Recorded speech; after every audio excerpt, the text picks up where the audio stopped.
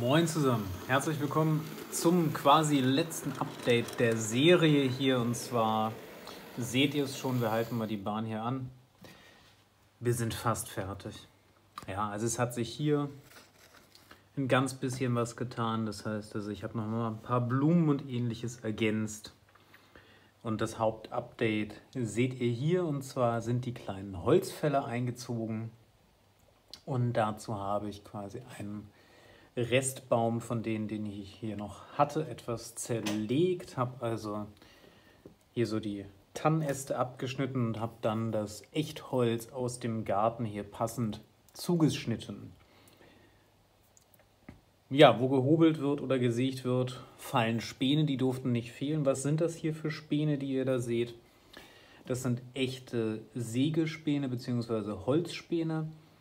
Dabei habe ich hier mit Schmirgelpapier einfach welche von diesen kleinen Ästen hier ein bisschen abgeschmirgelt und habe dann dadurch diese Original-Sägespäne auch von dem Holz erzeugt und hier so ein bisschen verteilt. Das Ganze ist dann fixiert mit dem Noch-Haft- und Fixierspray.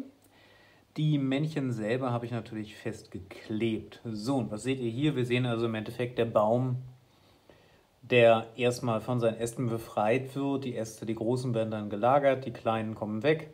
Und dann wird das Ganze in handliche Stücke gesägt in zwei Längen, entweder hier die langen oder eben kürzere. Und die kürzeren werden dann auch geladen. Ich habe ja momentan nur diese kleinen Loren hier, die werden also dann da reingeladen.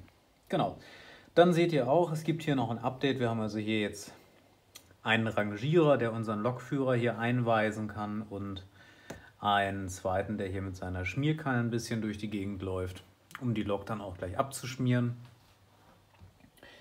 Der erste Schäfer ist eingezogen mit 2 Hunden und die Weide ist eben rundherum mit den 3 Bändern eingezäunt. Das hatte ich euch, glaube ich, auch noch nicht gezeigt.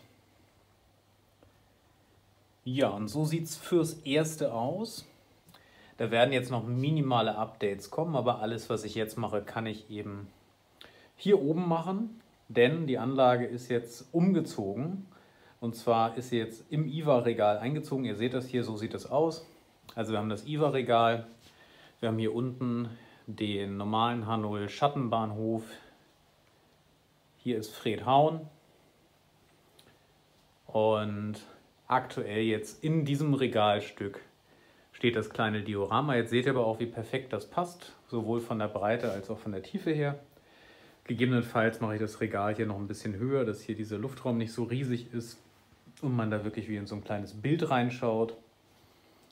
Aber das ist jetzt quasi der Abschluss des Projektes, zumindest mit den großen Updates. Jetzt wird noch ein bisschen Rollmaterial kommen, das heißt also ein paar mehr Wagen sollten es dann doch sein zum Holztransport.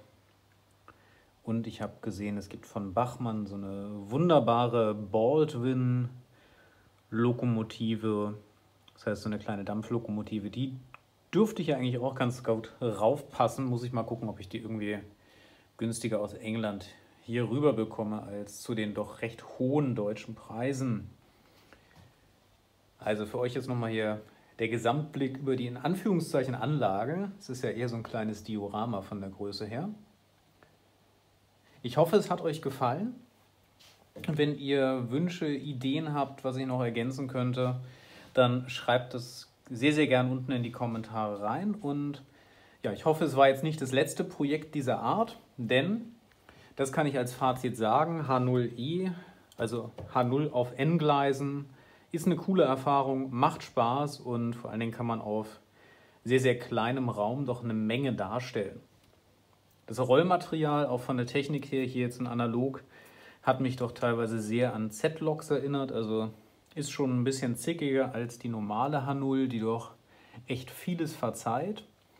Aber dafür kann ich eben hier so ganz süße kleine Szenen direkt an einer durch den Wald führenden Eisenbahn darstellen – und habe immer noch das Gefühl, das könnte wirklich so sein.